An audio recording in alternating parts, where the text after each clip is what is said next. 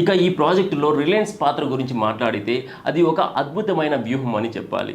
Reliance ఈ ప్రాజెక్టులో night figure investment అంటే సుమారు 100 నుంచి 999 బిలియన్ డాలర్ల మధ్య పెట్టుబడి పెడుతున్నట్లు సమాచారం.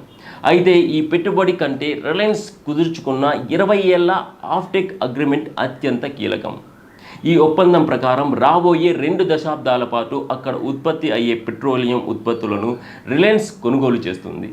భారతదేశంలోని జామ్నగర్లో ప్రపంచంలోనే అతిపెద్ద రిఫైనరింగ్ కాంప్లెక్స్ను విజయవంతంగా నడుపుతున్న రిలయన్స్కు చమురు రంగంలో ఉన్న అపారమైన అనుభవం గురించి ప్రత్యేకంగా చెప్పనక్కర్లేదు.